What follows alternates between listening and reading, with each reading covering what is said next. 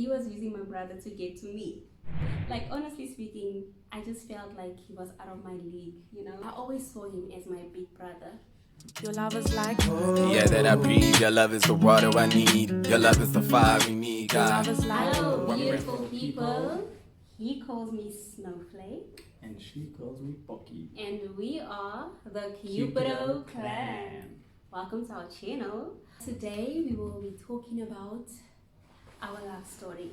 The first time that I met him was in 2009. That's when I joined the church where he is at. And when I got to the church, he was one of the leaders. And honestly speaking, I never even had the idea of a boyfriend in mind. So no, it wasn't love at first sight. Yes, we grew to know each other. One day, as I was returning from work, so it was in March 2014, somebody texted me and they said, so Snowflake, I hear that there's somebody in the church who is eyeing you. And then obviously my mind started dwelling everywhere and I'm thinking, who in the church could be the person? And to be honest, he was not one of the people that I was thinking about. Because as I said, like, honestly speaking, I just felt like he was out of my league, you know. This is an angel, guys. Those people who know him personally will tell you, they will agree that this guy is from heaven. He's definitely from heaven. So in the next day when I returned from work, on my way back home, I received a text, a WhatsApp message. And in the message, somebody who's plotting me, which is Mr., sent a message and it's like, paraphrasing because I can't remember the exact words, but it was something like, I would really like to speak to you. And then something clicked because now I connected 1 and 1 and it gave me 2. Because we used to chat, like not really chat, he used to send messages, you know, like devotionals every day. And again, everybody knows Bokkie. They know that he sends devotionals to people, encouraging words about the word of God and so forth. So there's normally, or you would just ask like, how's it going? But other than I need to speak to you, then I knew. And honestly, I was shocked. Like, yo, Bokkie? And my response to him was, if you feel that the Lord has spoken to you, then I'm sure you will not mind waiting for me to seek the Lord and for him to speak to me as well.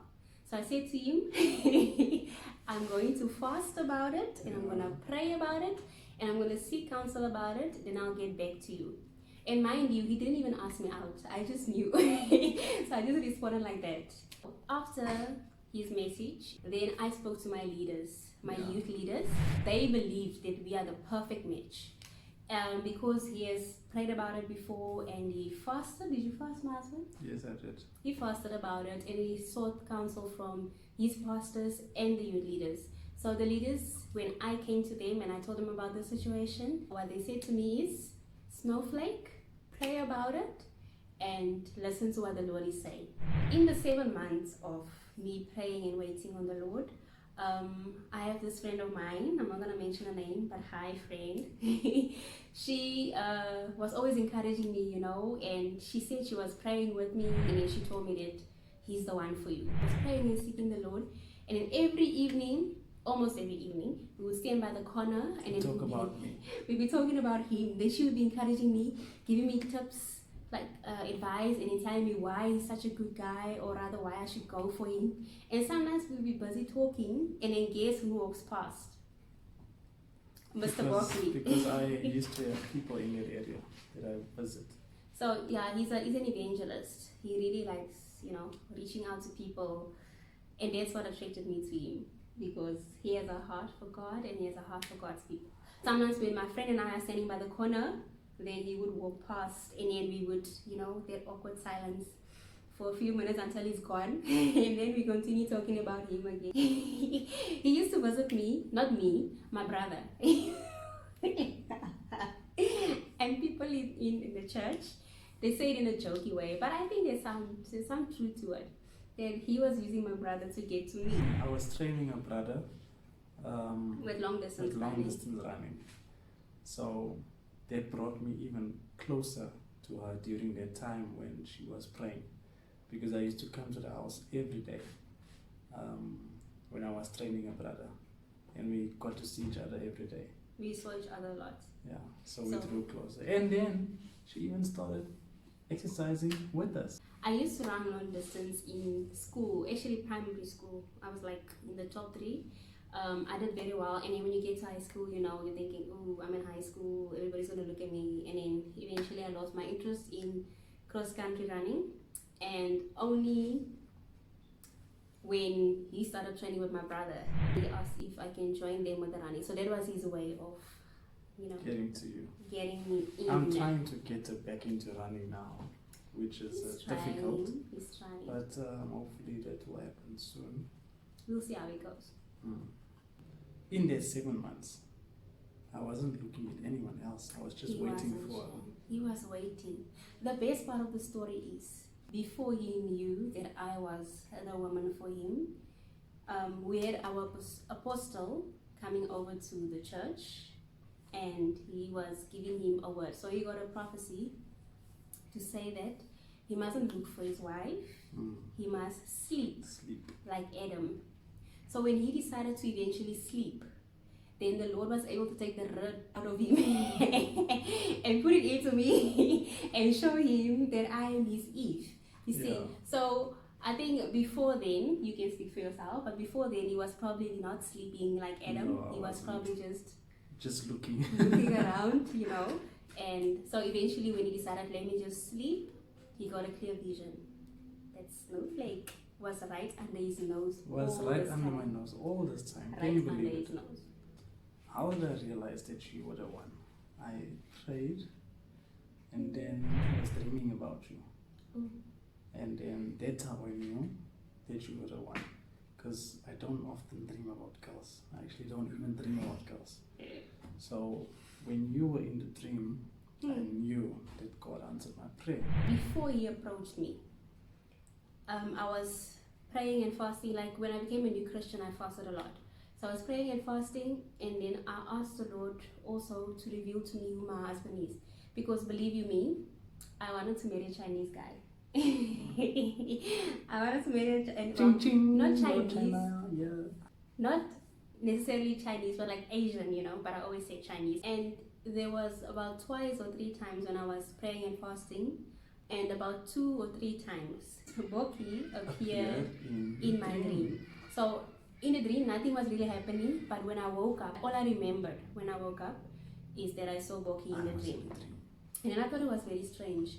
And I didn't really take it to heart until he approached me, and then the dreams came back. And I remembered, oh yeah, there was a time when I did pray to the Lord. So in the 7 months of praying and seeking the Lord, I remembered the dream. That's how I knew that I must say yes to this guy. I continued to pray. I didn't give him the answer. And I only responded back in October. I responded to him. No, sorry. It was actually September. The end of September. Yeah.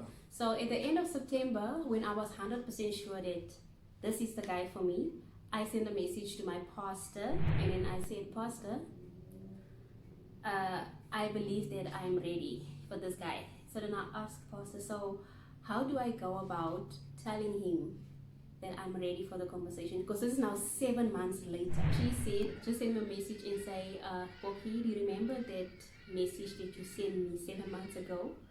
I think I'm ready for that date. And when I sent that message, and then he says that he knew. In September, when she said yes, I was actually on my way to Cape Town to go run a race. And when I received that message from her, I knew that this thing is sealed. There's not going to be any turning back from here. And I wasn't even away for a few hours. Then she sent me a text to say, you're not even away for a day or a few hours, and I'm already missing you. And I said, no, Lord, this thing is sealed. I just said yes to the date. I didn't say yes to the relationship. But for me, it's yes. Eventually, we went for the date. So he decided the place. Since I don't know much about places, we dated for 363 days. And then he proposed. We got engaged in October the next year, just 2 days before our 1-year anniversary. He proposed, and we'll tell you about this story a bit later on. And then after the proposal, we dated for 4 months. Then we got married in February. And today, we are married for 4 years. Yeah, that is our story. If you enjoyed it, please do tell a friend, to tell a friend, to tell a friend that you know about the Cupido clan on YouTube. Please do subscribe.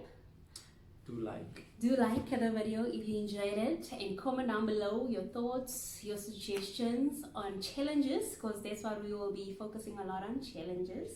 And we will see you in the next video. Thank you for watching. We really appreciate it. Bye-bye.